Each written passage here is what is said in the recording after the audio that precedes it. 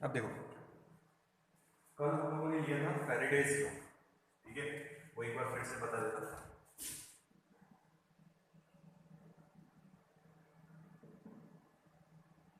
Faraday's law for electromagnetic induction.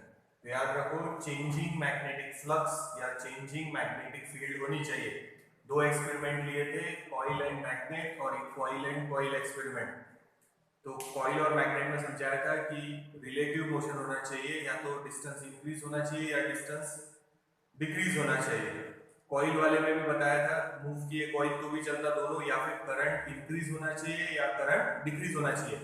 Both the cases magnetic field was changing या magnetic flux was changing. Due to that changing magnetic flux coil में क्या induce हो रहा था, EMF. ठीक है, ये कॉइल, ये दूसरी कॉइल, यहां लगाया था गैल्वेनोमीटर और यहां लगाया था सेल। अब इसमें करंट चेंज करो, यानी इसकी मैग्नेटिक फील्ड यानी मैग्नेटिक फ्लक्स चेंज होगा, उसकी वजह से इसमें क्या इंड्यूस होगा, करंट या ईएमएफ। ठीक है, तो ध्यान रखना, बाद में ट्रांसफार्मर में आएंगे, it is primary coil and it is secondary coil. अभी याद रखेंगे नहीं तो भी चलेगा, ट्रांसफार्मर में सेम लॉजिक आएगा बाद में, तब देखेंगे। ठीक है, तो फैराडेज ने लिखा था E is equals to D phi by D T. दो स्टेटमेंट थे, दोनों का फाइनल आंसर ये लिखा था अपन ने। फर्स्ट स्टेटमेंट था whenever there is changing magnetic field associated, sorry changing magnetic flux लिखा, फील्ड भी लिख सकते हैं फ्लक्स भी लिख सकते हैं। Whenever there is changing magnetic flux, क्योंकि यहां फ्लक्स ले रहे हैं, फ्लक्स लिखो। Whenever there is changing magnetic flux associated with the coil या changing magnetic field associated with the coil, then EMF is induced in that coil. EMF generate होगा तभी current flow होगा. Now, second law, that induced EMF is directly proportional to rate of change of magnetic flux. Direct ऐसे भी लिखा तो चलता, देखो।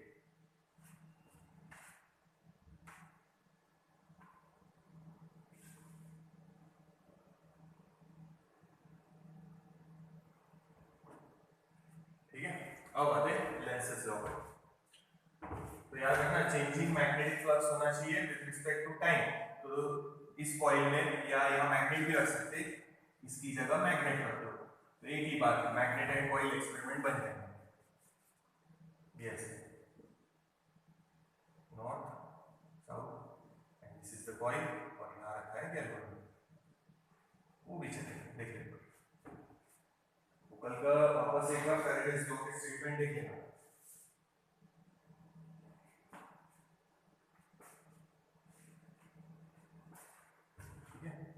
Metre है, दोनों एक्सपेरिमेंट एक बार फिर से देख लेना।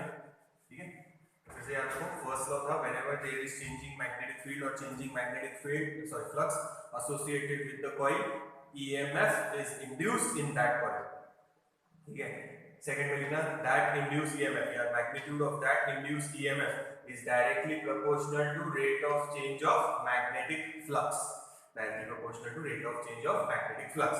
तो ये अपना फैराडेज लॉ है। अब लेंसेज लॉ में थोड़ा माइन्यूट चेंज है, क्या चेंज है बताना। E इज इक्वल्स टू, उन्होंने भी यही लिखा है D phi by D T, पर ये साइन लेंसेज ने ऐड किया है, फैराडेज ने नहीं लिया था, सिर्फ माइनस साइन ऐड किया है।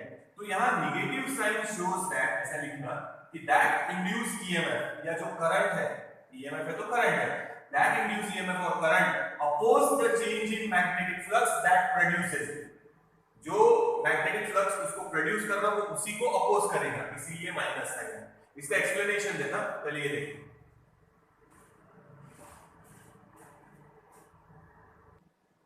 ठीक है, तो फैराडेज लॉ हटा दे, ये फैराडेज लॉ था, इसको हटा दे। यहां पे भी वही है कि ईएमएफ इंड्यूस जो होगा वो D phi by D T को डायरेक्टली प्रोपोर्शनल है, बट माइनस साइन आ गई। माइनस साइन ये इंडिकेट करेगा जो ईएमएफ इंड्यूस हुआ है या जो करंट इंड्यूस हुआ है वो चेंज इन मैग्नेटिक फ्लक्स को क्या करेगा, अपोज, सिर्फ माइनस साइन आया है। ठीक है, तो सबसे पहले उसका एक्सप्लेनेशन देखो। Suppose this is a circular coil, ठीक है, करंट क्लॉकवाइज भी हो सकता है, एंटी क्लॉकवाइज, वो देखेंगे। और ये है मैग्नेट, ये नॉर्थ पोल, ये साउथ पोल। सपोज मैग्नेट को सामने लेके आ रहे, तो उन्होंने ये ऑब्जर्वेशन किया और ये एक्सपेरिमेंटल प्रूफ प्रूफ है लेंसेज लॉ का। स्टेटमेंट लेंसेज लॉ का सुन लेना, जो यहां लिखा है वही स्टेटमेंट फिर से सुना। According to Lenz's law the induced EMF और current always oppose always oppose the rate of change of magnetic flux that produces it। जो उसको प्रोड्यूस कर रहा है वो उसी को क्या कर रहा है, अपोज। तो यही स्टेटमेंट लिखना है, according to Lenz's law the induced EMF और current always oppose the rate of change of magnetic flux that produces it। वो उसको हमेशा अपोज ही करेगा। अब उन्होंने क्या किया, अब ये तो अपने को पता है कि मैग्नेट अगर मूव करेंगे तो सामने वाली कॉइल में क्या इंड्यूस होगा, करंट, या क्या इंड्यूस होगा, ईएमएफ। तो उन्होंने एक्सपेरिमेंटली प्रूफ करके दिखाया। अब मान लो एक मैग्नेट लिया और कॉइल की तरफ लेके आ गए, north facing towards the coil. तो गैल्वेनोमीटर लगाएंगे इसमें, अभी लगा नहीं रहे पर गैल्वेनोमीटर लगा सकते, अभी से करंट की डायरेक्शन बता देंगे। तो इट वाज ऑब्जर्व दैट कि करंट कौन सी डायरेक्शन में डेवलप हुआ, एंटी क्लॉकवाइज। कौन सी डायरेक्शन में डेवलप हुआ, एंटी क्लॉकवाइज। ठीक है, देख लो एक बार, मैग्नेट थोड़ा ऊपर बढ़ा लेते हैं। ये एक्सपेरिमेंटल प्रूफ है लेंसेज लॉ का, एक्सपेरिमेंटली ये उन्होंने प्रूफ किया। नॉर्थ, ये सब दिख रहा मैग्नेट, ठीक है। तो ये नॉर्थ है और ये साउथ पोल है। नॉर्थ फेसिंग द कॉइल उन्होंने सामने लाया, तो गैल्वेनोमीटर के डिफ्लेक्शन पर से अपन करंट की डायरेक्शन बता सकते हैं। तो it was observe that current develop हुआ कौन सी डायरेक्शन में, एंटी क्लॉकवाइज डायरेक्शन में। कौन सी डायरेक्शन में, एंटी क्लॉकवाइज। अब राइट हैंड रूल लगाओ, इसको भूल जाओ मैग्नेट को। This is current carrying wire. Magnetic field के लिए राइट हैंड रूल लगाएंगे। Curved fingers indicate the direction of current, ये इंड्यूस करंट है, indicate the direction of current, thumb indicate the direction of magnetic field, यानी magnetic field ये वाली direction में है, ऐसे कॉइल के अंदर वैसे बना सकते हैं। ठीक है, तो मैग्नेटिक फील्ड ये डायरेक्शन में, मैग्नेट को एक बार भूल जाओ, तो जहां से शुरू हो रहा है यहाँ तक। तो मैग्नेट जब अपन बनाते हैं ऐसे north south, magnetic dipole moment की डायरेक्शन क्या रहती, from north south to north. तो वही बना रहे हैं, ये मैग्नेटिक लाइन ऑफ फोर्सेस के डायरेक्शन है समझो। तो ये बिहेव करेगा साउथ पोल जैसे, ये बिहेव करेगा नॉर्थ पोल जैसे। कॉइल का ये वाला साइड नॉर्थ पोल, कॉइल का ये वाला साइड साउथ पोल की तरह बिहेव करेगा। नाउ अब ये नॉर्थ और ये नॉर्थ है, तो दोनों एक दूसरे को क्या करेंगे, रिपेल। तो देखो मोशन है कॉइल की तरफ, मगर कॉइल उसको रिपेल कर रहा, कॉइल क्या कर रहा है, उसको रिपेल। ठीक है, यानी उस मोशन को वो अपोज कर रहा। किस मोशन को अपोज कर रहा है, जिसकी वजह से फ्लक्स क्या हो रहा है, चेंज। तो आप जैसे जैसे सामने लाएंगे इसकी मैग्नेटिक फील्ड इंक्रीज होगी कॉइल के लिए। ठीक है, पर ये उसी मोशन को क्या कर रहा है, अपोज। रिवर्स में देखते रहे, suppose this is a magnet, वही मैग्नेट है, this is north, this is south. अब अपन दूर लेके जा रहे हैं, दूर लेके जा रहे हैं, वही कॉइल है देखो। ठीक है, तो अपन ने पहले ही देखा है कि अगर मैग्नेट को सामने लाए तो डिफ्लेक्शन एक डायरेक्शन में मिलेगा, तो मैग्नेट को दूर ले जाते समय डिफ्लेक्शन दूसरी डायरेक्शन में मिलेगा, मतलब करंट की डायरेक्शन क्या हो जाती, चेंज। तो अगर अपन सामने ला रहे थे तो एंटी क्लॉकवाइज था सपोज, तो दूर ले जाते समय वो करंट क्या मिला होगा उनको, क्लॉकवाइज। तो ये बना लिया क्लॉकवाइज डायरेक्शन में करंट। अब राइट हैंड रूल लगाओ, curved fingers indicate the direction of current, thumb indicate the direction of magnetic field, downward direction में। तो ये वाली डायरेक्शन में मैग्नेटिक फील्ड बना लेगा। तो ये बिहेव करेगा साउथ पोल जैसे, और ये अब बिहेव करेगा नॉर्थ पोल जैसे। यानी अब ध्यान देना, मैग्नेट दूर जा रहा तो ये उसको अपनी तरफ अट्रैक्ट कर रहा, जब मैग्नेट सामने आ रहा था तो वो उसको रिपेल कर रहा था, अब ये दूर जा रहा तो वो उसको अपोज कर रहा। तो ये प्रूफ हो गया कि जो मैग्नेटिक फ्लक्स उसको प्रोड्यूस कर रहा, ईएमएफ इंड्यूस या करंट इंड्यूस, उसी को अपोज कर रहा। अपन यहां सामने ला रहे हैं तो ये इसको अपोज कर रहा, रिपेल कर रहा। अपन दूर लेके जा रहे हैं तो वो उसको अट्रैक्ट कर रहा, यानी अपने मोशन को अपोज कर रहा। मोशन को अपोज कर रहा मतलब फ्लक्स जो प्रोड्यूस हो रहा मोशन की वजह से हो रहा, वो उसको अपोज कर रहा। तो ये लेंसेज लॉ का एक्सप्लेनेशन। ठीक है, तो उन्होंने ये एक्सपेरिमेंट परफॉर्म किया और ये प्रूव किया कि वो उसको अपोज करेगा। करंट की डायरेक्शन हम गैल्वेनोमीटर की डिफ्लेक्शन से निकाल सकते हैं। तो जब उन्होंने मैग्नेट नॉर्थ फेसिंग सामने लाया तो ही ऑब्जर्व दैट करंट कौन सी डायरेक्शन में आया, एंटी क्लॉकवाइज। और जब दूर लेके गए तो करंट की डायरेक्शन डेफिनेटली डिफ्लेक्शन बदल जाएगा तो क्लॉकवाइज। तो ये केस में अपन सामने ला रहे हैं, ये वाला फेस नॉर्थ पोल की तरह बिहेव करेगा, एक दूसरे को अपोज कर रहे हैं। ठीक है, रिपेल। ठीक है, अपन सामने ला रहे हैं मगर ये उसको रिपेल कर रहा है। सेकंड केस में अपन दूर लेके जा रहे हैं पर ये उसको अट्रैक्ट कर रहा है, यानी दोनों एक दूसरे को अपोज तो याद रखो ये पहले भी हुआ होगा आप लोग का 8, 9, 10 में। सोलोनॉइड में भी ऐसा ही होता है, जब आप उसमें से करंट पास करेंगे तो एक टर्मिनल बिहेव करेगा साउथ पोल जैसे, एक टर्मिनल बिहेव करेगा नॉर्थ पोल जैसे, depending on the direction of current. तो आप ये भी मैग्नेट लाए सामने, उसी जगह ये एक्सप्लेनेशन ऐसे दिया है उन्होंने। चलिए, तो ये है एक्सप्लेनेशन ऑफ लेंसेज लॉ। तो उन्होंने एक्सपेरिमेंटली परफॉर्म किया और प्रूफ किया। स्टेटमेंट वापस से सुनना एक बार। According to Lenz's law that induce EMF in the coil या induce current in the coil always oppose, minus sign बोलेगा कि always oppose the rate of change of magnetic flux that produces it. जो उसको produce कर रहा है वो उसी को अपोज करेगा। तो मैग्नेट का मोशन टुवर्ड्स द कॉइल है, नॉर्थ पोल फेसिंग है, तो ये नॉर्थ, ये भी बिहेव कर रहा नॉर्थ जैसे, दोनों एक दूसरे को रिपेल करेंगे। अब ये दूर लेके जा रहे हैं, करंट की डायरेक्शन बदल गई तो पोलैरिटी भी बदल गई, ये साउथ पोल ये नॉर्थ पोल। अब अपन दूर लेके जा रहे हैं पर वो उसको क्या कर रहा है, अट्रैक्ट कर रहा है, अपोजिशन। ठीक है, तो ये लेंसेज लॉ। सिर्फ फैराडेज लॉ में उन्होंने कौन सी साइन ऐड किया, नेगेटिव साइन। एक और एक्सप्लेनेशन देते इसका, उन्होंने एक्सप्लेनेशन दिया है वो भी देते। Law of conservation of energy क्या है, law of conservation of energy, ये समझ लो पहले, फिर वो लेते law of conservation of energy वाला टॉपिक। तो देखो, अब इसका एक और एक्सप्लेनेशन ऐसे ले सकते हैं, जैसे ये तो एक्सपेरिमेंटल प्रूफ हो गया, एक प्रूफ ऐसे भी बोल सकते हैं अपन।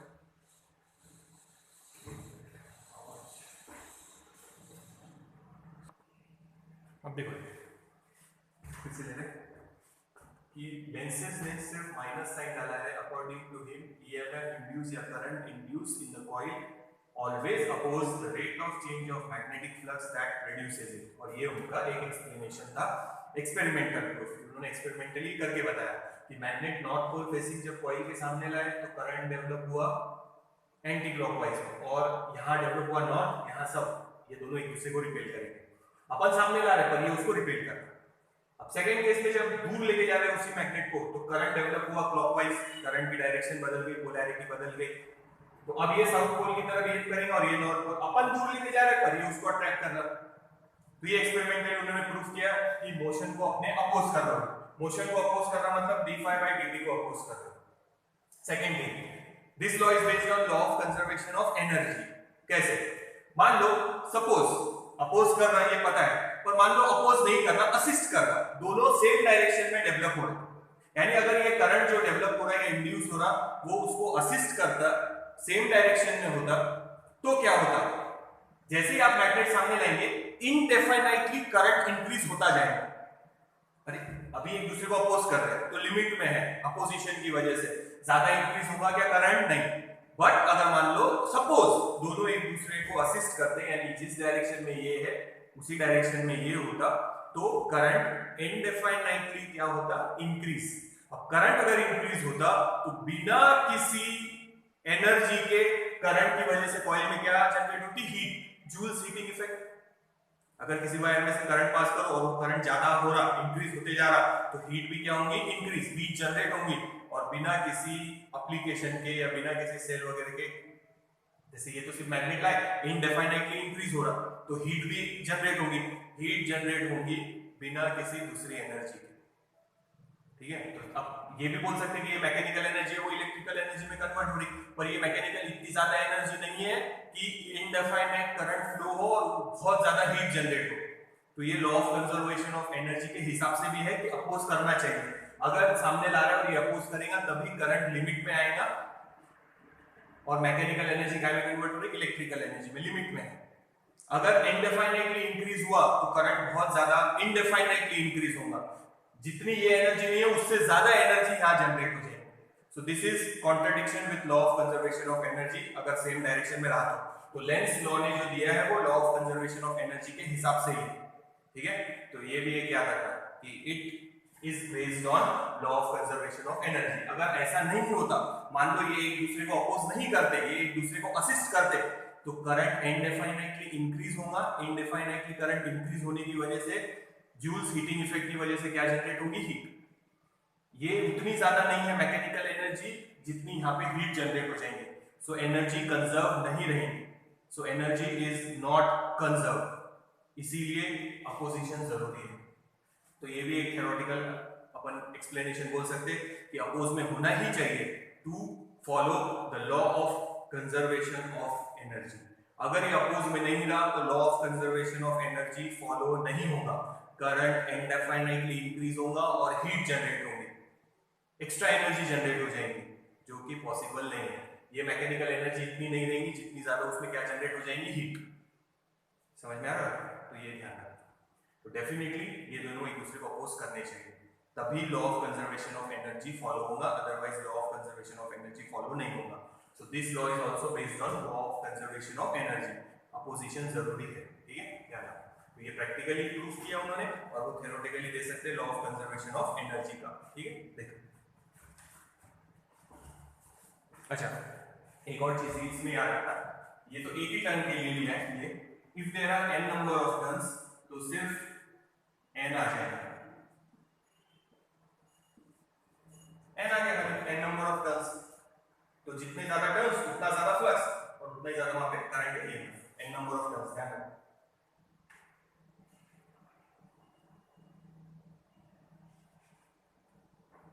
तो n नंबर ऑफ टर्न्स है तो ये याद रखना, इसको फ्लक्स रूल भी बोल सकते हैं।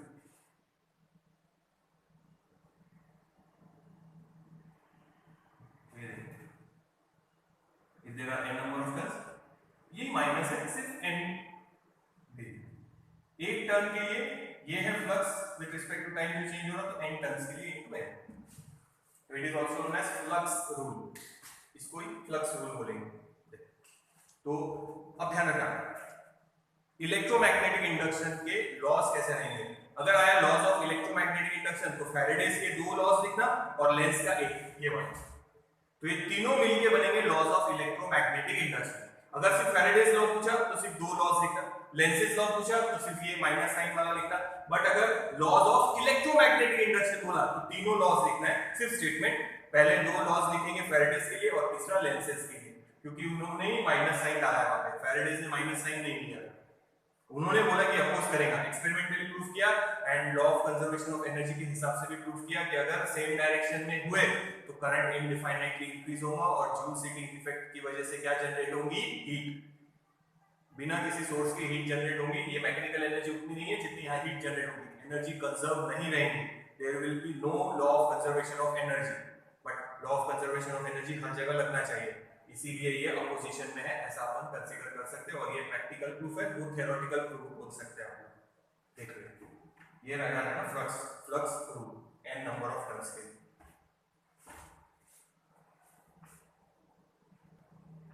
चलो आगे इसको थोड़ा चेंज कर लेते हैं, फ्लक्स रूल याद रखना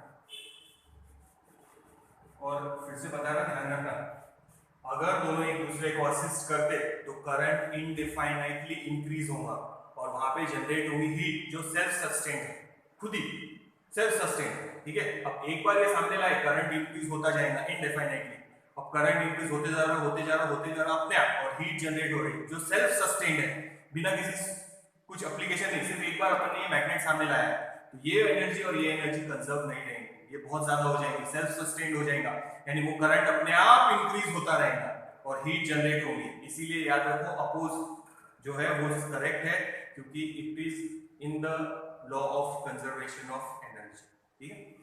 तो एक और चेंज बताना, ध्यान देना, ये इक्वेशन को थोड़ा चेंज करके लिख सकते हैं, जैसे n नंबर ऑफ टर्न्स के लिए बताया वैसे।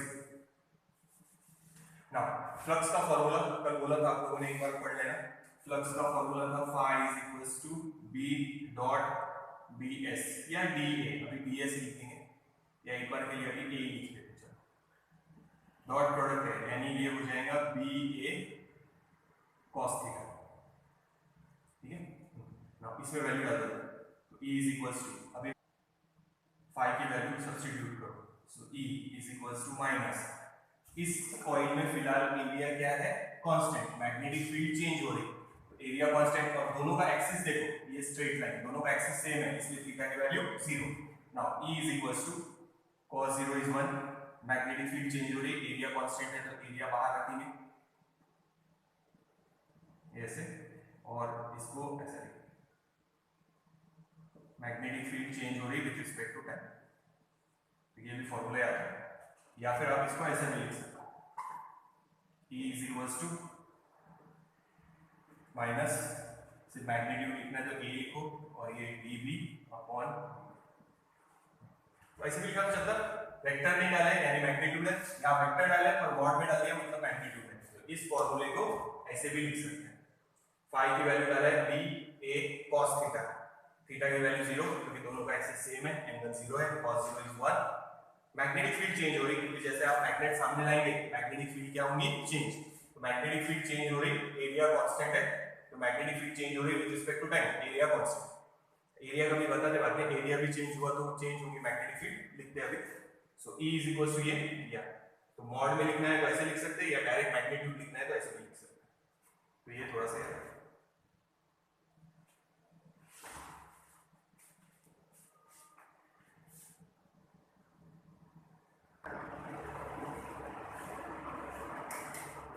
अब देखो नेक्स्ट, इसके पहले वाले में बोला अपन ने कि कॉइल का एरिया फिक्स था और क्या चेंज हो रही थी, खाली मैग्नेटिक फील्ड। अब अपन देखेंगे एरिया और मैग्नेटिक फील्ड दोनों चेंज हुए तो दोनों भी चेंज हो सकते हैं, ठीक है।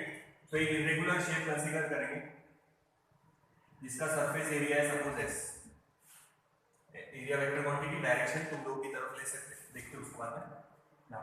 जैसे ये चार्ज है समझो, ये समझो स्फीयर है, अपन ने पहले लिया है, तो इसमें से लाइन ऑफ फोर्सेस ऐसे निकलेंगे, तो वहां एक छोटा सा एरिया कंसीडर करो ds, उसमें से कितने लाइन आएंगे वो वैसा ही यहाँ है, यहाँ एक छोटा सा एरिया कंसीडर करेंगे ds की जगह dA, उसमें से कितने लाइन ऑफ फोर्स आ रहे हैं वो निकालेंगे, फिर टोटल निकालने के लिए इंटीग्रेट कर देंगे। ये लिया है मैंने, ये ऐसे इलेक्ट्रिक लाइन ऑफ फोर्सेस अगर यहाँ से दो आ रहे तो पूरे सरफेस में से कितने आ रहे हैं, यूनिट एरिया में से दो line of force, total area में से कितने लाइन ऑफ फोर्स वो अपन फाइंड आउट कर सकते हैं इंटीग्रेट करके, ऐसे छोटे छोटे एरिया सब ऐड करते हैं पड़ते। ये रेगुलर शेप है, इसका एरिया तो अपने को पता है, ये रेगुलर शेप, ठीक है। तो इसमें से कितने लाइन ऑफ फोर्स आ रहे हैं वो देखेंगे पहले dA, फिर टोटल सरफेस एरिया में से कितने लाइन ऑफ फोर्स आ रहे हैं उसके लिए क्या करेंगे, इंटीग्रेट। तो टोटल लाइन ऑफ फोर्सेस मतलब क्या, फ्लक्स। तो पहले फ्लक्स लेंगे through small area dA, so it is d phi is equals to b dot ds, sorry area है ना dA।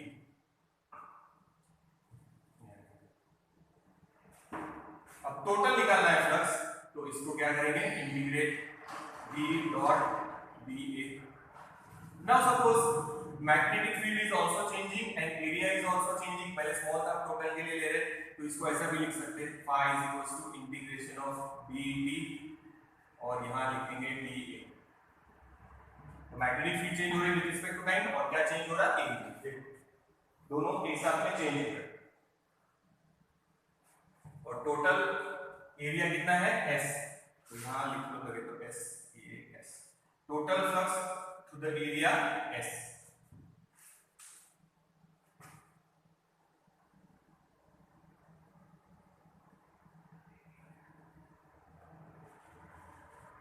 Now formula E is equals to minus d phi by dt, so E is equals to minus d dt, कुछ भी बाहर नहीं निकाल सकते, ये भी चेंज हो रहा है ये भी चेंज हो रहा है, तो इंटीग्रेशन वैसे ही रखेंगे, इंटीग्रेशन सरफेस एरिया S के लिए मैग्नेटिक फील्ड चेंज हो रही, साथ में एरिया भी चेंज हो रहा, तो ये वाला फॉर्मूला लगाएंगे। इसके पहले वाले में क्या बोला था, मैग्नेट सामने ला रहे थे तो मैग्नेटिक फील्ड चेंज हो रही थी मगर कॉइल का एरिया फिक्स था, अब यहाँ एरिया भी चेंज हो रहा और मैग्नेटिक फील्ड भी चेंज हो रही, तो दोनों को अंदर रखो। In short E is equals to minus d dt, और ऐसा भी लिख सकते हैं अपन B और A, phi की जगह B into A, दोनों चेंज हो रहे, B भी चेंज हो रहा A भी चेंज हो रहा। कहीं कहीं पे ऐसा भी आएगा कि सिर्फ एरिया चेंज हो रहा, सिर्फ एरिया चेंज होगा तो मैग्नेटिक फील्ड क्या रहेगी, कांस्टेंट, सो dA अपॉन dt ऐसा लिखेंगे। एरिया कांस्टेंट रहा तो एरिया बाहर रखा, मैग्नेटिक फील्ड अंदर, और दोनों चेंज हो रहे तो दोनों अंदर, ठीक है। तो यहाँ क्या चेंज हो रहा, एरिया। अगर ऐसा लिखे तो पहले वाले में लिखा था तो मैग्नेटिक फील्ड चेंज हो रही, एरिया क्या रहेगा, कांस्टेंट, तो एरिया कांस्टेंट है मैग्नेटिक फील्ड चेंज हो रही, मैग्नेटिक फील्ड कांस्टेंट है एरिया चेंज हो रहा, दोनों चेंज हो रहे, ठीक है। तो टाइम पे देखेंगे क्या चेंज हो रहा, चलेगा उसके हिसाब से लिखेंगे फॉर्मूला। तो ये हो गया फ्लक्स ऑफ द फील्ड, यानी फ्लक्स जो फील्ड में से आ रहा है या इस एरिया में से आ रहा है, फ्लक्स का फॉर्मूला ये हो गया, ये और ये टोटल ईएमएफ। देखो अब इसके बाद है मोशनल इलेक्ट्रोमोटिव फोर्स, यानी अलग अलग मोशन में जो ईएमएफ जनरेट होगा, यानी मैग्नेटिक फील्ड कांस्टेंट रखेंगे। जैसे ये रॉड है, समझो ये रॉड को मूव कर रहा है मैग्नेटिक फील्ड में, तो इसके लिए मैग्नेटिक फील्ड क्या होगी, चेंज। तो इसमें क्या इंड्यूस होगा, ईएमएफ। या इसको रोटेट कर रहे हैं मैग्नेटिक फील्ड में, तो फॉर्मूले निकालना है। स्ट्रेट लाइन मोशन है, सर्कुलर मोशन है, तो कैसा ईएमएफ जनरेट होगा उसका फॉर्मूला डिराइव करना है। देखते हो नेक्स्ट वीडियो में करेंगे, तो यहां तक देख के रखो, फिर आगे चलेंगे।